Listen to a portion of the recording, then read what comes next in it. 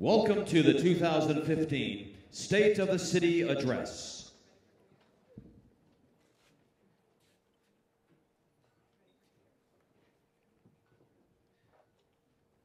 Please rise and welcome NOPD Officer Camara Woods for the National Anthem.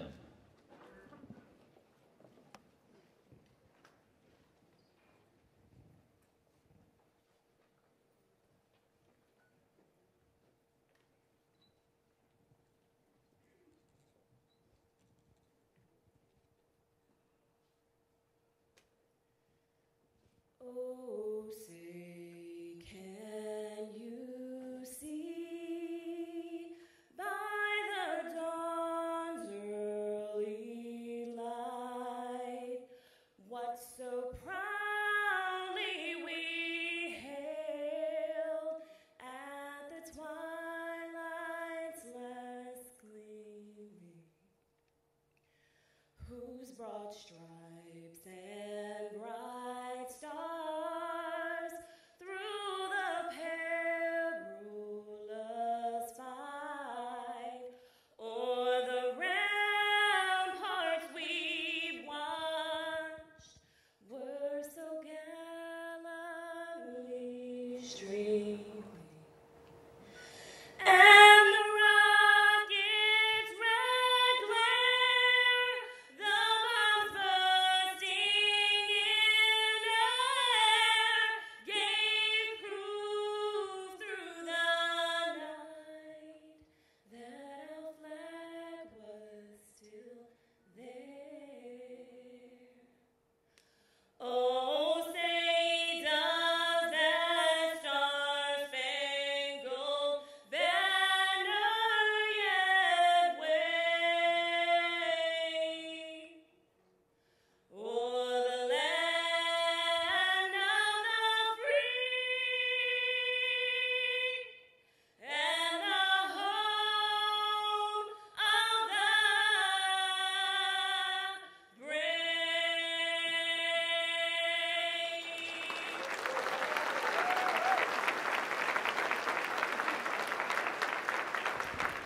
Please welcome Pastor Mays Warren from Spirit and Truth Family Worship Center to deliver our invocation.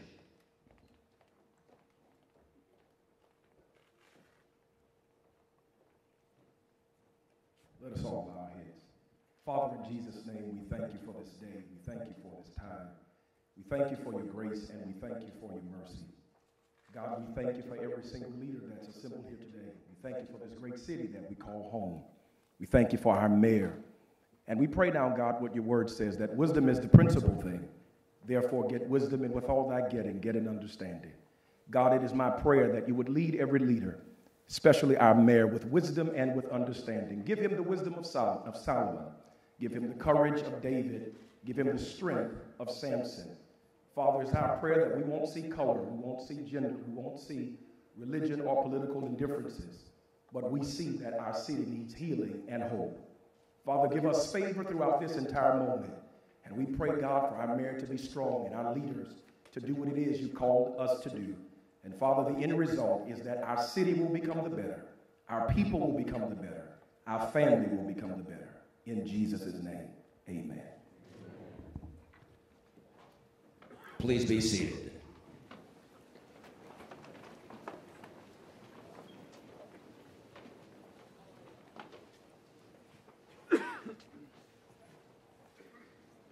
Circle Food's been in operation since 1938, and it's been operated by my family that entire time. When Katrina hit, the water was about as high as this beam here.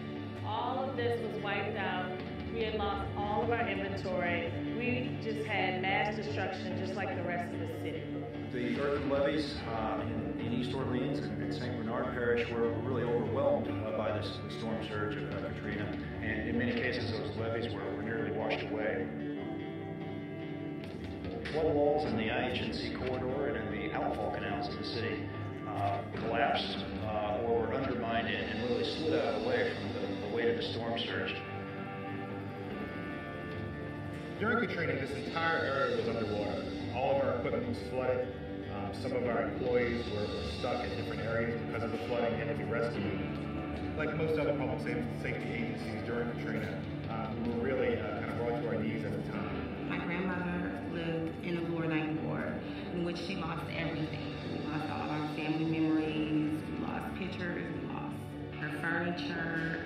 The house was completely wiped out. My father was still here in Algiers. Right, so when Katrina hit, he was here, you were there? Yes. Did he evacuate? I got someone to help me get him from Algiers to the VA downtown. And he was there when the storm hit? He was there when the storm hit. We had evacuated out to Tennessee, and I remember my dad looking on the news, and he just couldn't believe it. None of us could. As soon as he was able to come back, he was almost the first one back in the city, ready to rebuild.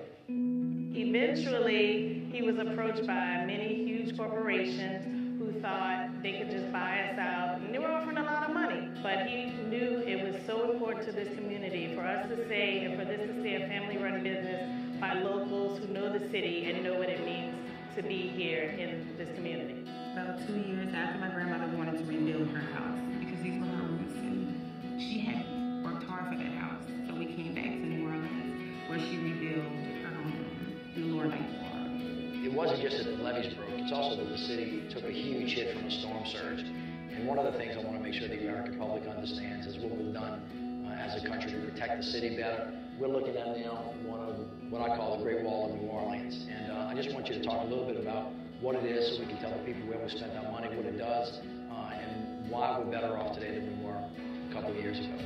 Now the lines of defenses have been pushed outward. The 1.8 mile long surge barrier and sector gate and barge gate do not allow the surge to enter or approach the downtown area. So this wall is between 24 and 26 feet high. It has piles that go as deep as 200 feet deep underneath it, so it keeps the surge out of the perimeter of the city, far away from the dead structures. The leadership here really made a commitment to focus and plan and prepare for the next event. When this area was rebuilt and the hospital was planned and built, it was really all about resiliency. So as you can see here, there's a second story ED with a ramp that goes up, so now the first floor of the hospital can really be expendable if another flood was to happen, and the rest of the hospital is available to take care of patients, generator power, fuel, commodities, food and water, and in the next disaster, we'll be ready to continue to serve our patients and to serve our citizens. I love New Orleans. New Orleans is home. My son and I feel safe. Right. There's a community garden. We get fresh fruits and vegetables. It's a wonderful area. The Gentilly area is nice. Right. Because everyone knows that it is a quality community. Isn't that something else? It's really an amazing story. And now it seems like the community has really come together and has been really, really strong and decided, themselves that they were going to help keep it safe. Oh yes, and what I like about Columbia Park is they try to make sure that you understand it's a stepping stone. They also offer like a home buyers program. They try to get us out on our feet. Yeah, we call that resilience. One of the strongest things that people can do is work with each other and talk to each other and have a plan. It sounds like y'all did that. Oh yes, yes. New Orleans is coming back now. New Orleans is booming now. We have young people who are coming together with the community, trying to build up the community. I noticed the big things that the mayor is doing now. Schools are getting better. Streets are getting safer. New Orleans is doing great, I would say. It's not where it needs to be, definitely, but I think after something as heartbreaking as Katrina was, to see people coming back, same smiles on their faces, it shows how strong we are, how resilient we are. I think we all found something deep within us that helped us to fight even harder and never give up. Just like any other city across this nation, you will have challenges. But New Orleans is moving forward in a great way. Enough that I want to raise my son here. So we have a lot of our brothers and sisters that haven't come back yet. What do you want to tell them? Come home. Come You home. ready for it? And I'm glad to welcome you back. New Orleans is coming back. People are coming back. New Orleans is home. That's where I choose to raise my kids. It's home. Every time I Explain leave, to everybody what that means about New Orleans and why everybody's so drawn to the city. it's in your soul. Once it's in there, it doesn't leave.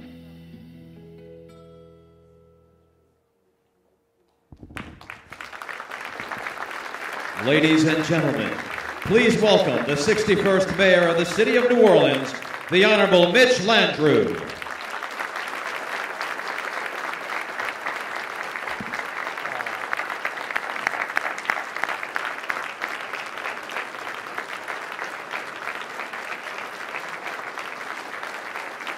Thank y'all very much. Sit down, please. Y'all got to give a big hand to the choir. Y'all lit it up. Unbelievable. Pastor Warren, thank you so much for that wonderful prayer. And I want to thank all of you for coming. Specifically, I want to thank our council members, my partners who are with us today, all of our faith leaders, our community leaders, our deputy mayors, all of our community leaders and citizens that are with us today, and of course, the First Lady. Thank you so much for being here. I know that everybody in this room, like me, loves the city of New Orleans with all of our heart and all of our soul. I want to thank you so much for giving me the opportunity to serve you. Being your mayor really has been the greatest honor of my life. It's a sacred trust. I promise to work hard every day and never take anything for granted. My main goal at all times is to create a city of peace, a city of opportunity and responsibility for all people, a stronger, more resilient city. In fact, a city for the ages. But nobody told us that this was going to be easy. New Orleans has been through a lot. And through it all, I have often thought back to something first said in the 1850s by abolitionist Theodore Parker, then paraphrased by Dr. King, and then reiterated by President Obama. You've heard this before. The arc of the moral universe is long, but it bends towards justice. And although our eyes reach but a little way, each generation gets a chance, just one chance, to grip that arc for a moment and to bend it one way or another. But my friends, it does not bend on its own. And this is our moment. 3 years from now, New Orleans will celebrate our 300th anniversary. And believe it or not, in August, we will mark the 10-year anniversary since Hurricane Katrina. When the federal levees broke 10 years ago, we in the world gasped at the possibility that in the blink of an eye, New Orleans as we know it would be gone. Across the Gulf Coast, 1,800 of our brothers and sisters were killed. Over 1 million Americans displaced. 1 million housing units damaged. We can never forget all that we lost and all the people from around the world that rushed to our aid. 10 years later, we've got an incredible story to tell, warts and all. We shouldn't be surprised that some are going to say that because that we have a long way to go, that nothing has changed since the water receded. That, of course, is a lie.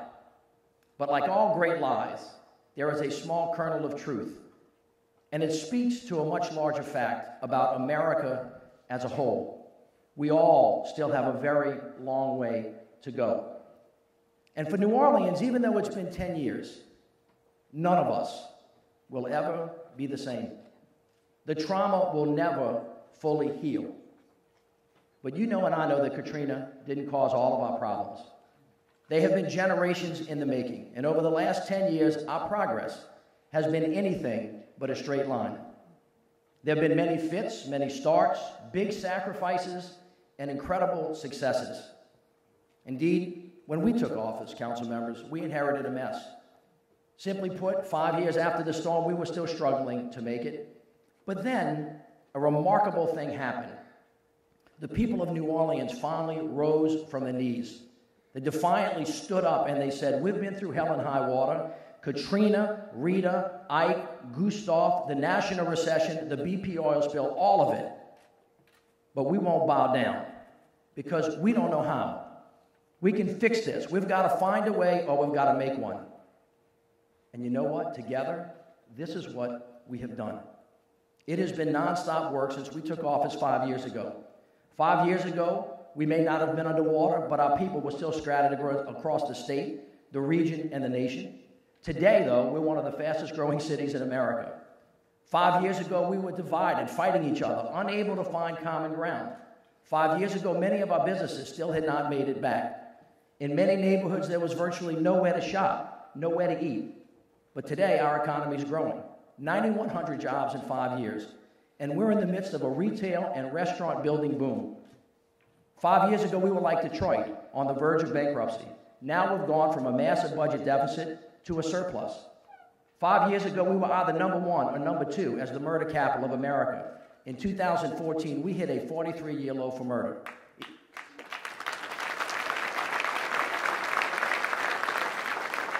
But let me be sure to say, one murder in this city is too many. We have got to keep at it to become a city of peace.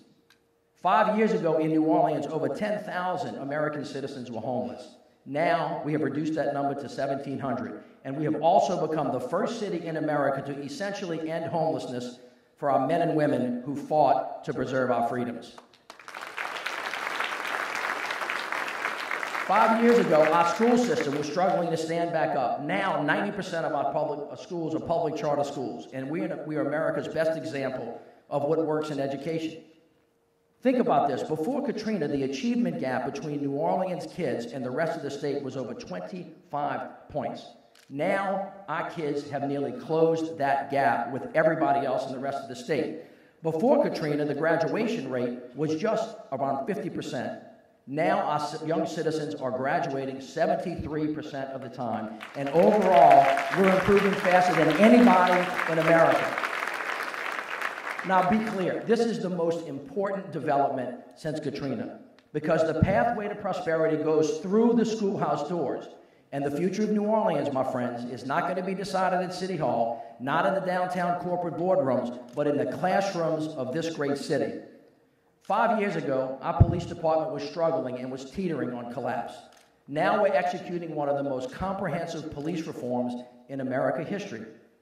For generations and across this great nation, there have been problems between the police and the community. These issues have to be confronted, dealt with honestly and immediately.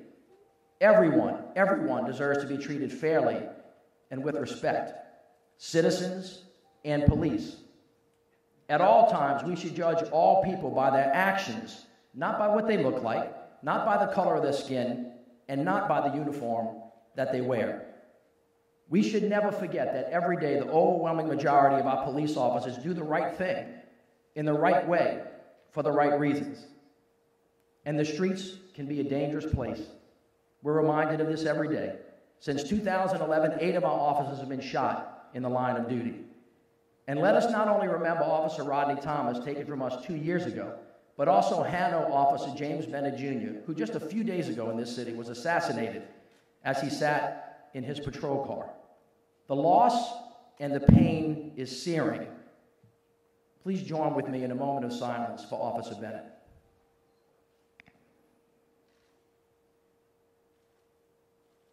Thank you. We owe law enforcement a deep debt of gratitude for their service and their sacrifice. But here's the thing. I believe it's possible to be tough on crime and to protect and serve and honor our law-abiding citizens. When we get this right, the police and the community really should become one, an unbreakable united front against criminals who seek to do us harm.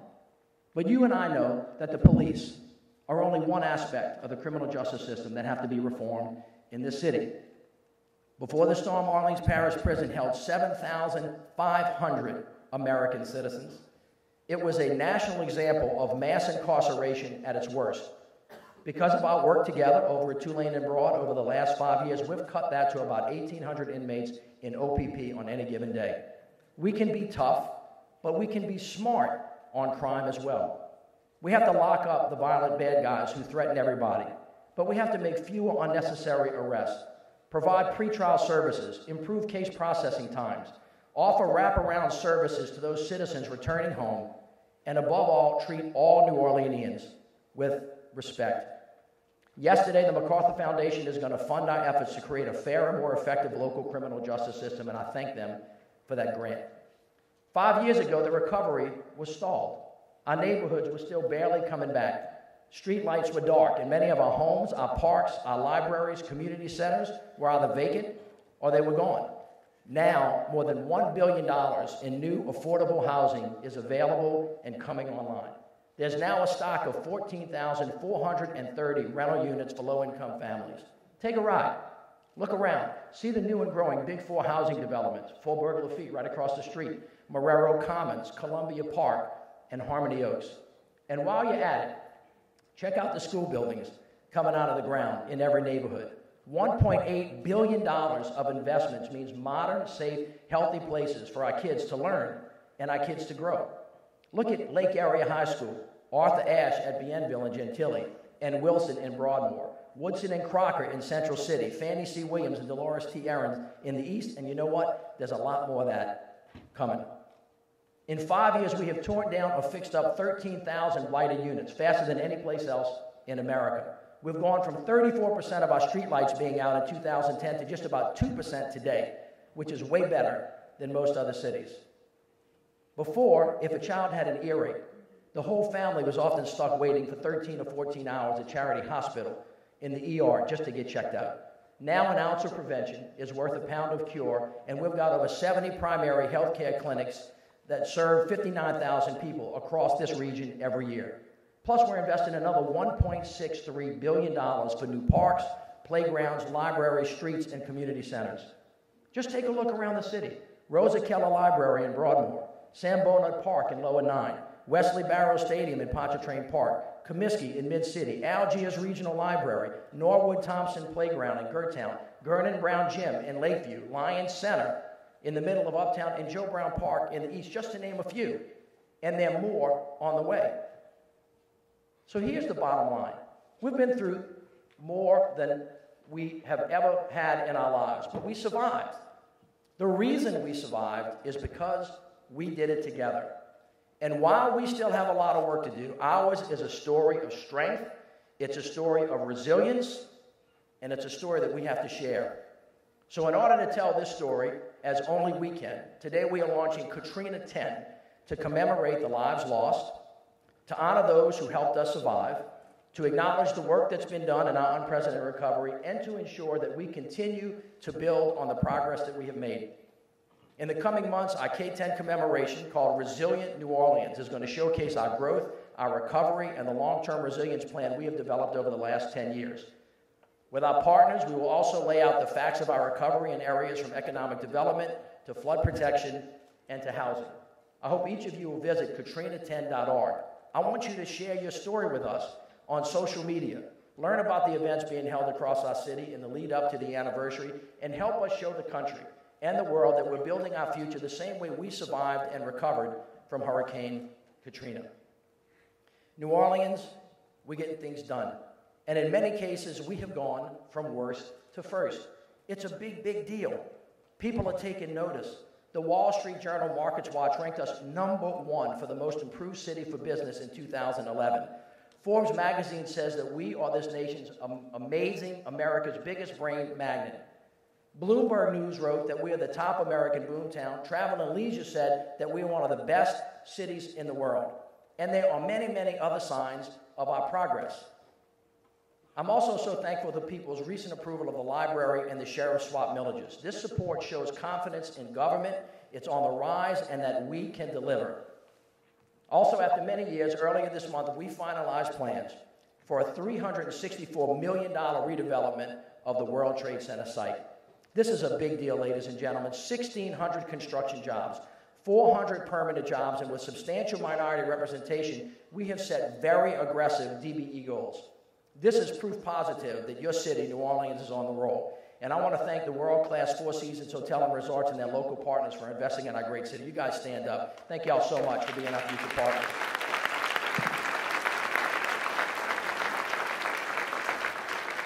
If that wasn't enough, after decades of false starts, our new world-class airport is finally on the way, spurring economic growth for the region and creating thousands of new jobs, all in time for our 300th anniversary. Mayor Yenny is with us today. Mayor, thank you for your partnership and your counsels with ours. It's going to be great because, ladies and gentlemen, your city is changing before your eyes. Here's another great recent sign of progress. In 2010, everywhere I went, people said they just wanted a place in New Orleans to buy their socks and their drawers. Some of y'all told me that yourself. We call that retail, and we got on it. We now have over 80 new retail and restaurant openings in the last 5 years. Amen to that. Now, before Katrina, it seemed like that every storefront in New Orleans was a restaurant. But can you think of any other place in the world where you can lose 100,000 people and gain 600 more restaurants than we had before Katrina? I mean, come on. Only in New Orleans. And as a result of this retail boom, this new business, in 2013 and 2014, New Orleans sales tax revenue grew at 9% a year. This is unprecedented in our history. It's amazing. Compare our 9% growth to the 2% growth on the state level, and we are double the growth right now of most other cities in America. Meanwhile, we expect another 5% jump this year, and I want to thank our team and our council members for great stewardship in this regard. But here's the thing. You guys, this doesn't happen by accident. We launched new engines of growth, like the one-stop shop for permitting, and our public-private NOLA Business Alliance for Economic Development that many of our leaders from NOLA Business Alliance are working on, and they're here with us today. I thank you guys for all of your work. It's all a part of a much larger approach. Cut smart, reorganize, and then invest the savings in what matters most so that we can grow. And in short, that is exactly what we've done over the last 5 years. Pull the city out of a fiscal death spiral and simultaneously start a new virtuous cycle of success where success breeds success, more revenue to invest in top citizen priorities. But there's no other higher or more important priority than making our city safe. This is why we're growing the police department now. Our police officers just got a 15% raise. Now the NOPD is the highest paid police department in the region, if not the whole state, and will be comparable with the state police salaries. You deserve it. Higher pay is going to help keep the police officers we have and attract the best and the brightest to the department. We've already put 5 NOPD recruit classes on the street. 1 class graduated this year. Another is in session right now, and another is going to start in June. And I want to thank all of the recruits who have come to us to serve. They're here today. Please stand and be recognized. Thank all of you for your service.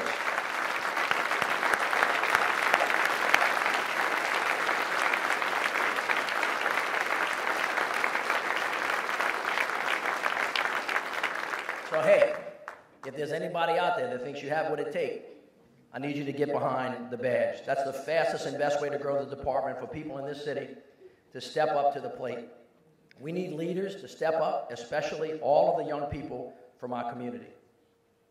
Now, despite all of our remarkable progress, we are not out of the woods at City Hall or in the city.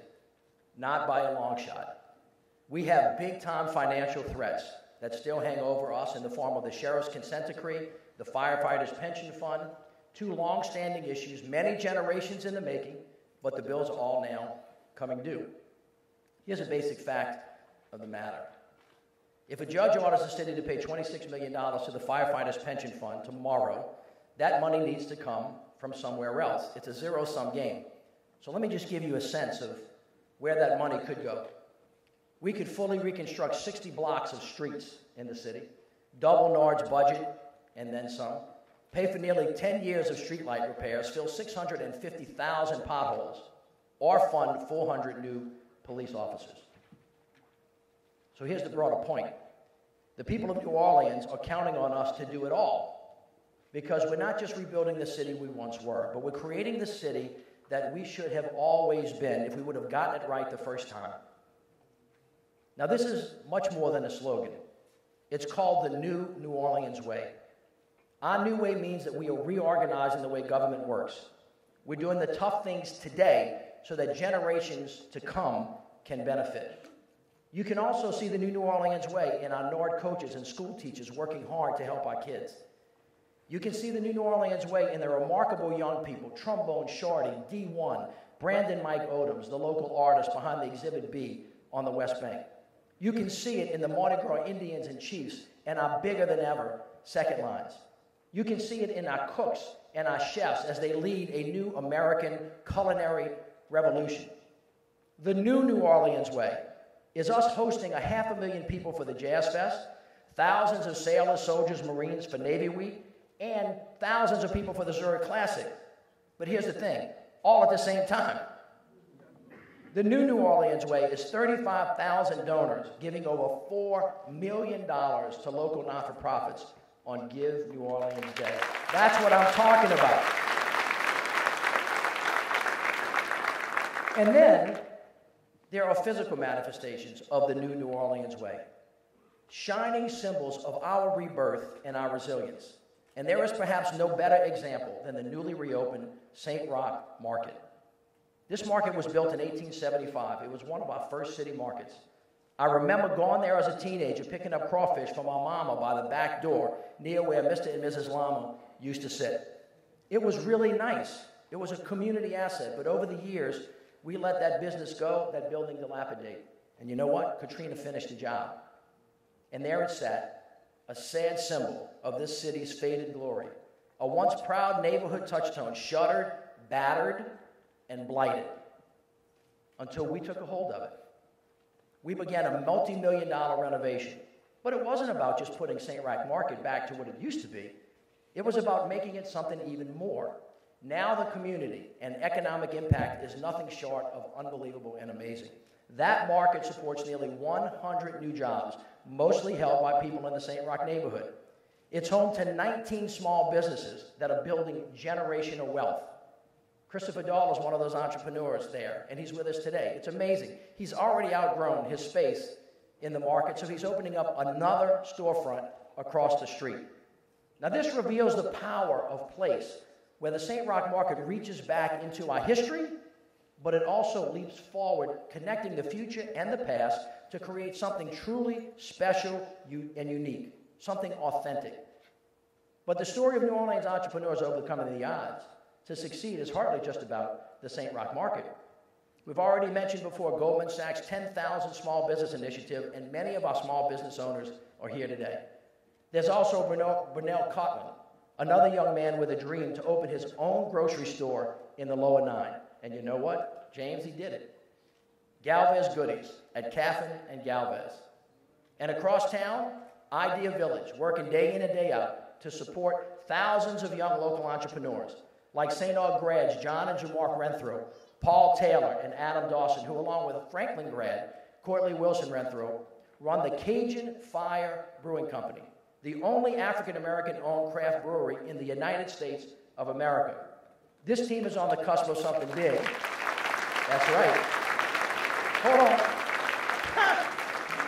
The team is on the cusp of something big. They beat out over a dozen other startups to win $50,000 at last year's Entrepreneur Week's Big Idea Contest. I want to thank all of the entrepreneurs and small businesses who are with us today. All of you guys, stand up so everybody can see you. The future of New Orleans.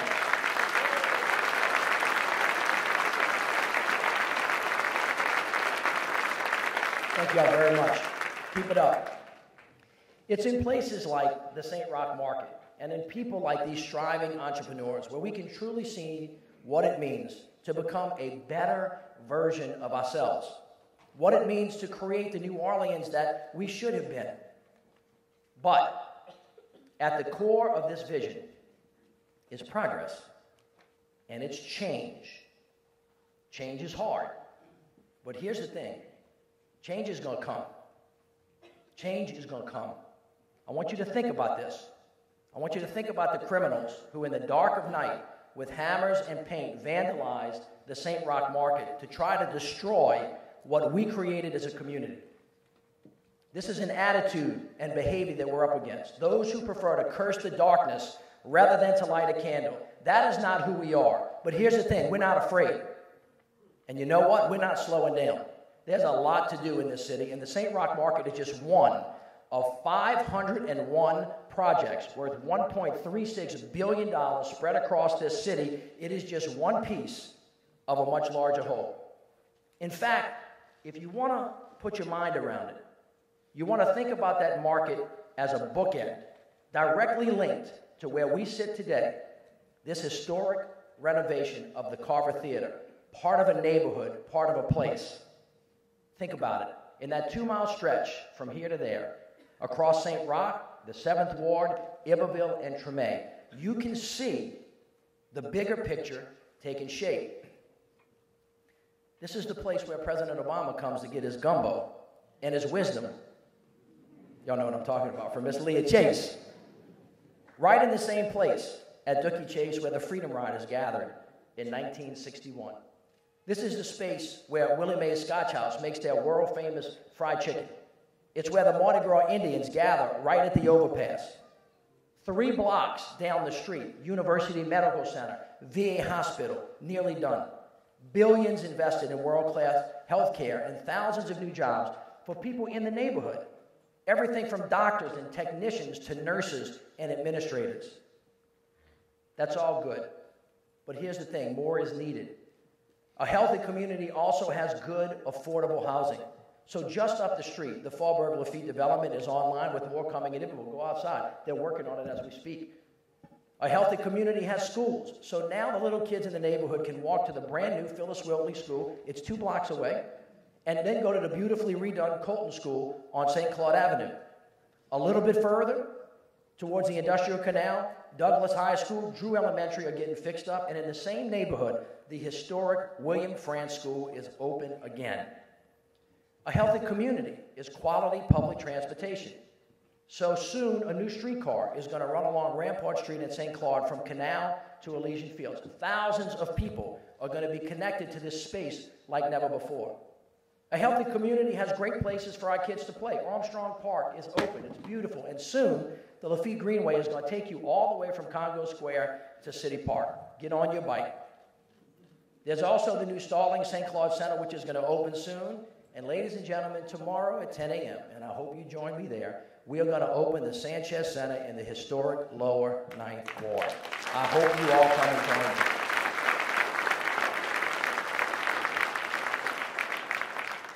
So here's the thing. It should be obvious by now. We're not slowing down. We're actually speeding up. Our brightest days are ahead of us. And we remain committed to the principle that we can only move forward if we move forward together.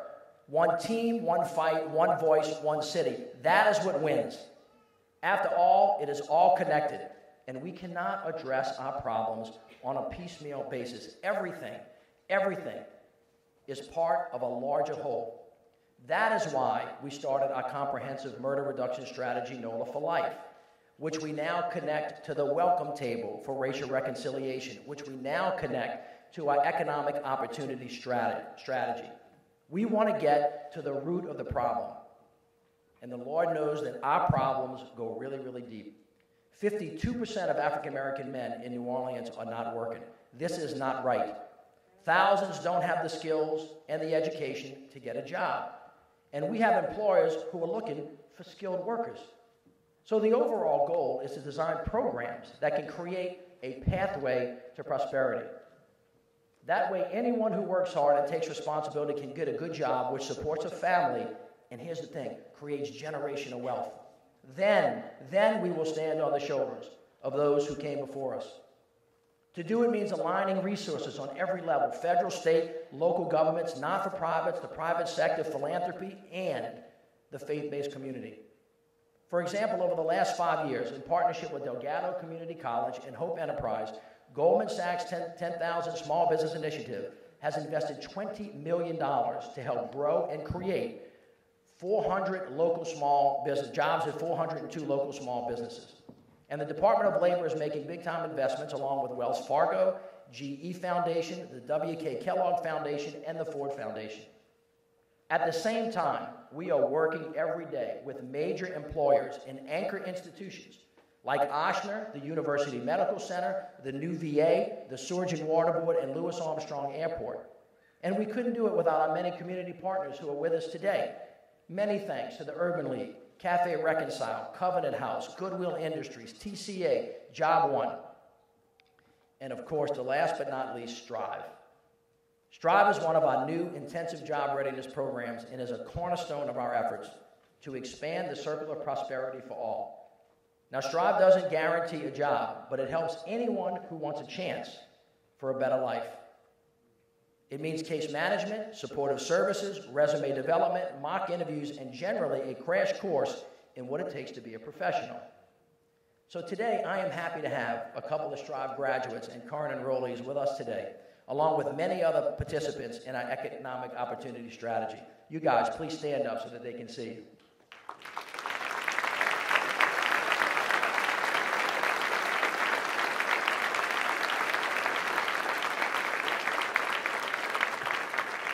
Thank you all very much. I want you to take a good look at them, and I want you to meet them before they leave.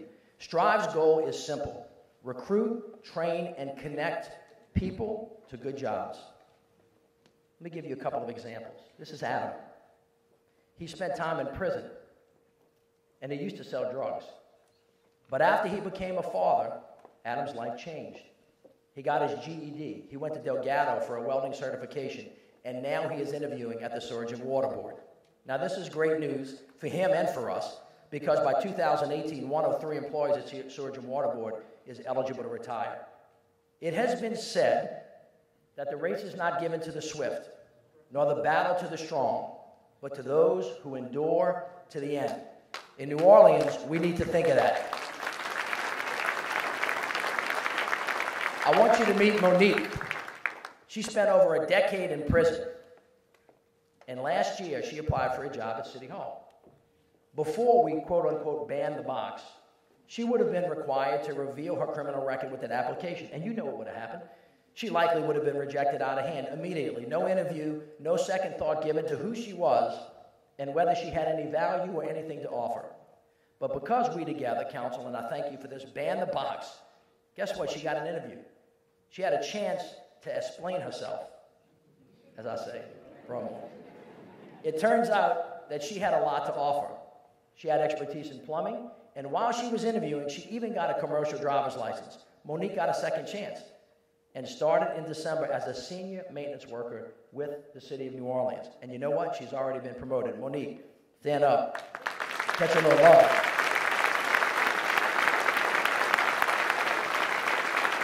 Thank you. Keep going. The race is not given to the swift, nor the battle to the strong, but to those who endure to the end. Look at Brandon, 17 years old when he first got arrested. For over 10 years, he was in and out of jail. But then he got connected to NOLA for Life and our service providers. Now, he says the streets seem really different. He used to look over his shoulder, but now he comes home from work. No fear in his heart. Through another one of our programs, Job One, he found a job, and he's taking care of his son. Brandon, where are you? Get on up. Thank you.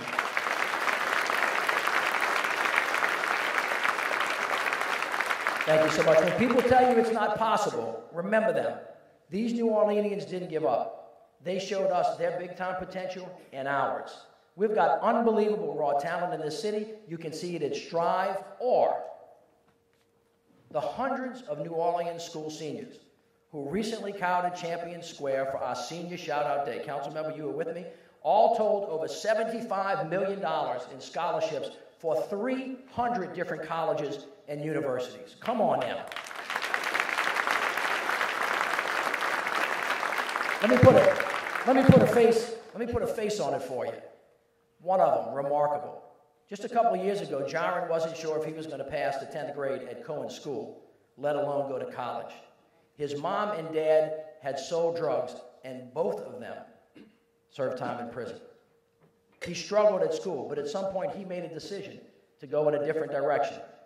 And he said earlier this month, in life you got two choices, to be defeated or to conquer. I choose to conquer. Jaron has graduated from high school tonight, and he's gone to Morehouse College, and he's with us here today. Jaron, we're really proud of you.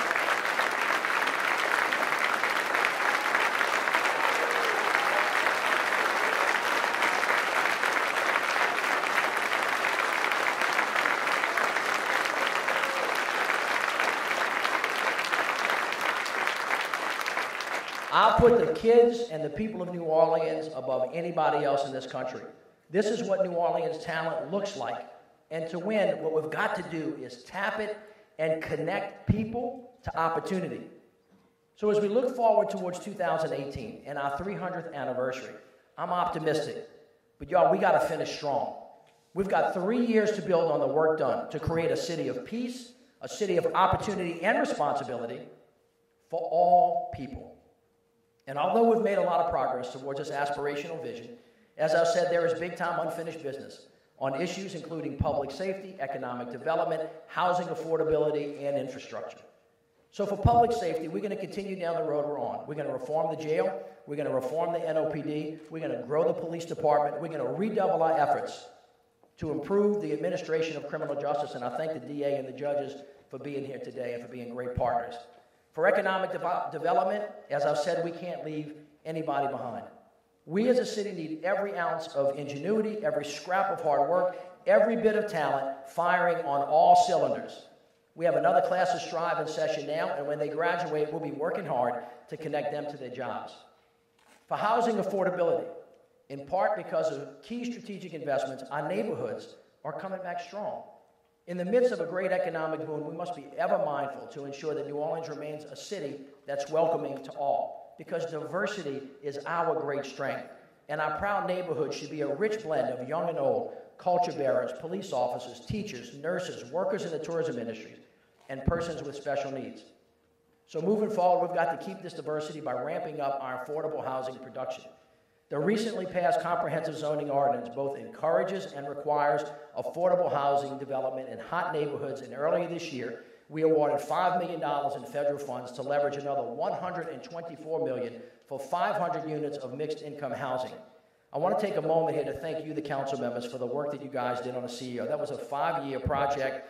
You handled yourself spectacularly. That document is going to govern the city for a long time, and I thank you for your work on that matter. Thank you so much. Furthermore, we also want to help low-income households build assets, like we did for nearly 900 first-time home buyers who received assistance through our $52 million Soft Second program.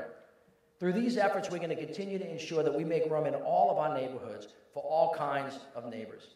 And just like we've done through the last 5 years, for the next 3 years, every part of our effort will be aligned and amplified with our partners.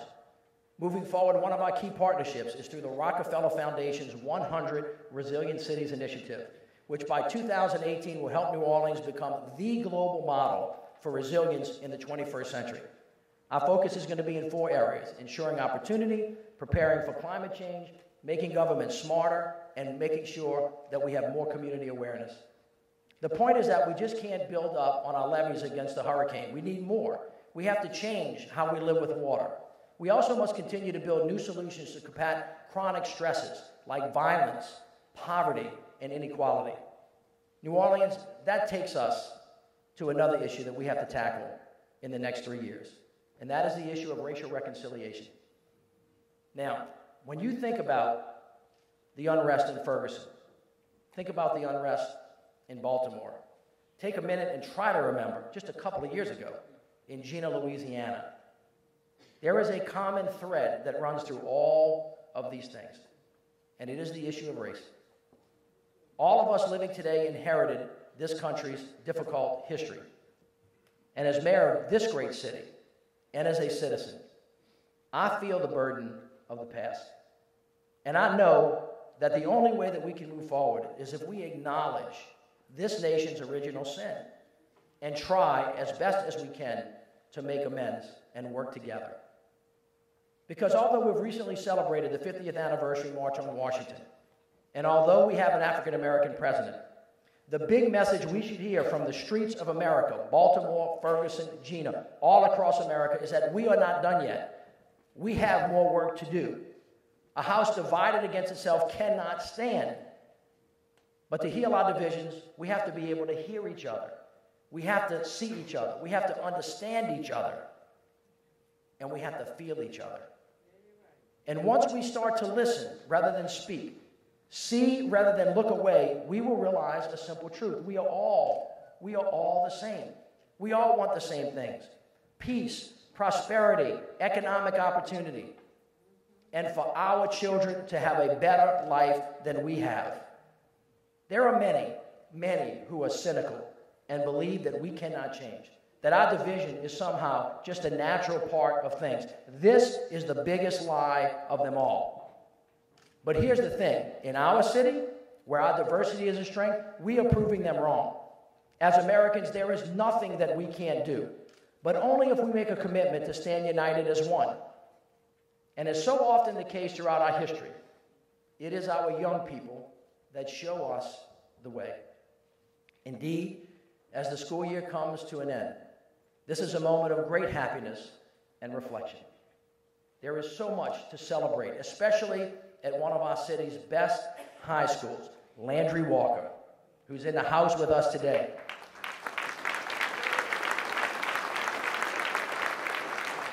From academics and athletics to art and music. Landrieu Walker students are setting a standard for excellence. You're bearing witness to this fact. You heard him. What an incredible choir, right? It's hard to believe. Yeah. Let me tell you about it. It's hard to believe that just a couple of years ago, there was some who thought that bringing together these two historic schools from different neighborhoods was impossible. It wouldn't work. It would end in violence. As a matter of fact, it was the adults that went at it and tried to stop the whole thing from happening, hanging on to the past, not being able to see the future. Change is hard, but change is going to come. We cannot be tied to the past. But here's the thing. These young people set a great example for us all. They focused on what really matters, not looking at where you came from, where you might have gone to school at, not the quality of your character, right? But what you bring to the table and whether or not you're a team player. That's how Landrieu Walker won a second straight boys basketball state championship this year. That's how Landrieu Walker's brass band won this year's Class Scott Brass Competition. That's how the choir you see today won first place at the Orlando Fest at Universal Studios. It was a relentless focus on results, teamwork, and hope for the future. You guys stand up. Take a bow.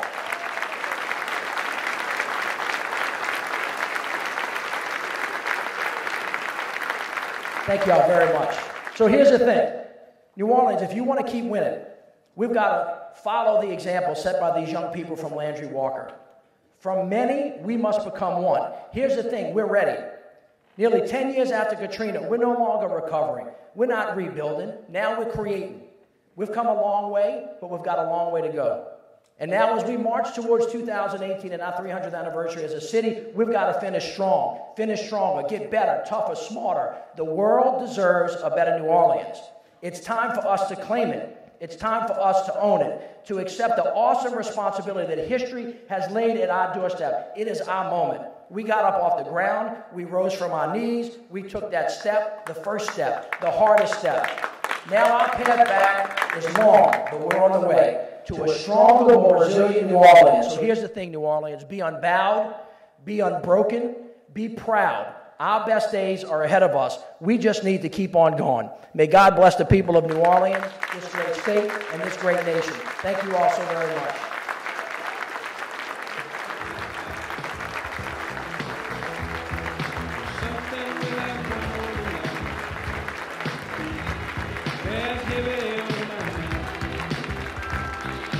Then I look at you, and the world's all right with me. Just one.